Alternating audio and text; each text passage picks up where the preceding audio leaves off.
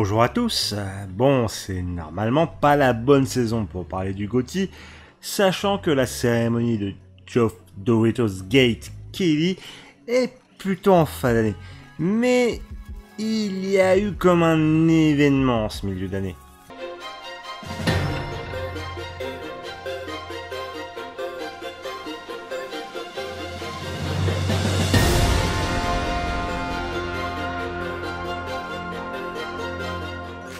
Bon, et là sont apparues quelques discussions autour du thème « A-t-on déjà le GOTY ?»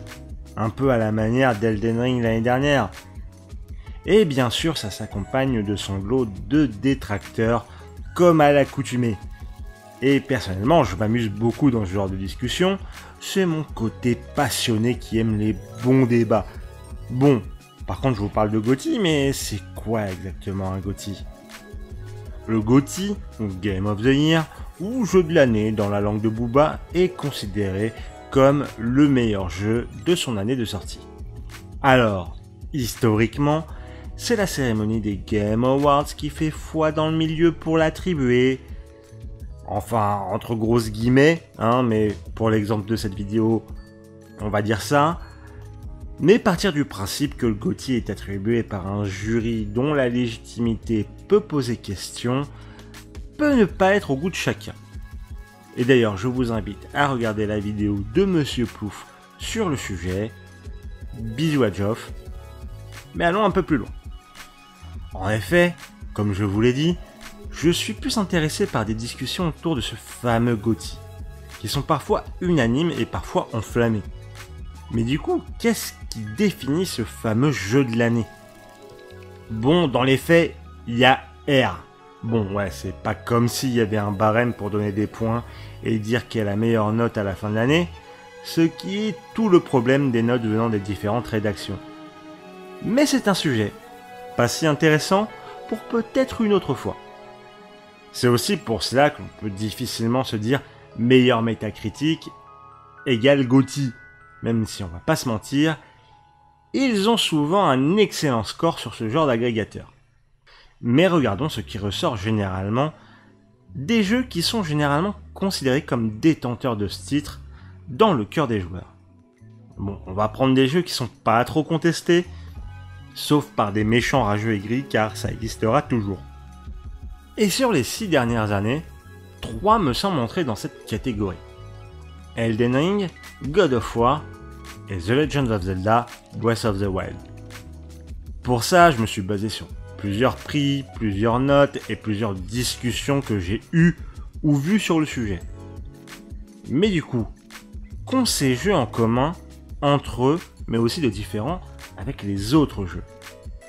Je suis pas sûr qu'il y ait un vrai lien de cause à effet, mais la chose que j'observe en premier sur ces 3 jeux, c'est qu'ils renouvellent une formule éprouvée jusque-là.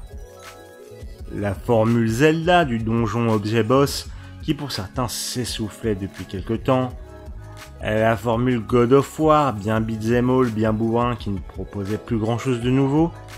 Et la formule Souls de From Software, qui bien qu'efficace, et personnellement pas à mon goût, tournait un peu au rond. Et chacun de ces jeux est arrivé en apportant une touche nouvelle à son genre, apportant une nouvelle dimension fort salvatrice qui, en plus d'être fort bien exécutée pour chacun d'entre eux, a apporté des modifications au paysage vidéoludique, dédicace au podcast Friday Game, et je pense que c'est surtout là qu'on touche quelque chose de très intéressant. Regardons plus en particulier Breath of the Wild, qui bien qu'il ait ses détracteurs, a incontestablement fait date dans l'histoire du jeu vidéo. En effet, un peu de contexte, car il y a toujours besoin d'un contexte.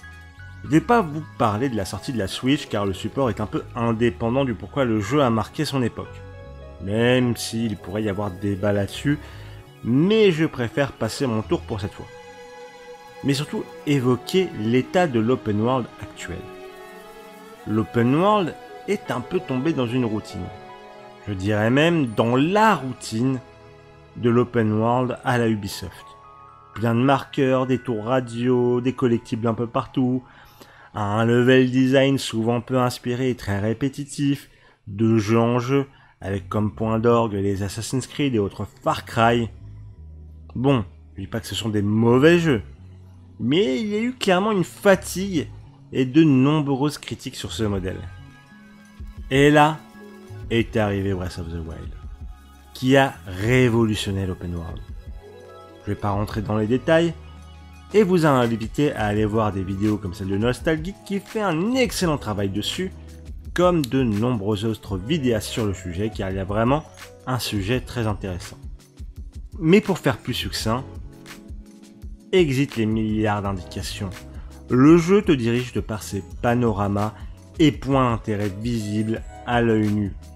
Et un seul objectif, abattre Ganon. Tout le reste, c'est du bonus pour rendre ta quête plus simple. C'est ton plaisir à toi de découvrir ce monde immense ou non. Ce n'est plus une checklist d'objectifs à vider sur la map. Ça peut sembler très débile dit comme ça, mais cela change toute l'approche de l'open world et comment créer ceci. Ce qui entraînera par exemple beaucoup d'inspiration dans Elden Ring. Et c'est essentiellement pour cela que l'on se rappelle de Breath of the Wild pour l'énorme impact qu'il a eu sur l'industrie. Et c'est cette notion d'impact qui, je pense, fait la différence de perception entre un GOTY incontesté et d'autres où il y a débat. Mais du coup, cette notion de GOTY a-t-elle du sens?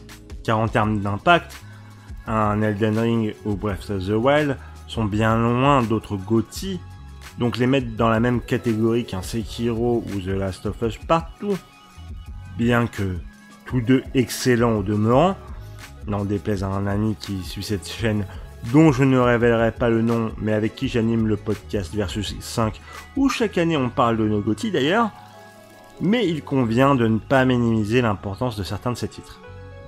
Par exemple, un titre comme It Takes Two a permis de faire jouer beaucoup de gens ensemble, que ce soit des couples ou des parents avec leurs enfants, dans une aventure familiale de qualité AAA. Et ça, c'est pas très commun. Ou Hades qui a replacé le jeu indépendant en concurrent légitime des grosses productions, des gros studios, ce qui sont des énormes hauts faits en soi et ça doit être respecté. Il y a donc pour moi aussi dans le GOTY le fait d'accomplir quelque chose d'important. C'est pour cela que toutes ces discussions ont lieu et qu'elles ont lieu d'être, car elles nous permettent de célébrer les réussites de ce médium incroyable qu'est le jeu vidéo. Bon, pour résumer, un bon GOTY, c'est un excellent jeu, souvent acclamé par la critique et le public, et qui résonnera auprès de ses pairs, qui s'en inspireront et lui permettront d'avoir un impact sur l'industrie en accomplissant quelque chose d'important. Et pour revenir sur mon train de trop, même s'il reste des jeux à venir cette année, avec Tears of the Kingdom qui remplit tous ses critères, il est en bonne voie pour être un GOTY en puissance. Bon, même si pour moi ça sera FF16. Merci beaucoup d'avoir écouté cette vidéo jusqu'au bout. Si vous êtes encore là, merci énormément, ça me touche. J'espère que la réflexion vous aura plu, que ça vous aura peut-être amené à réfléchir un petit peu sur le sujet.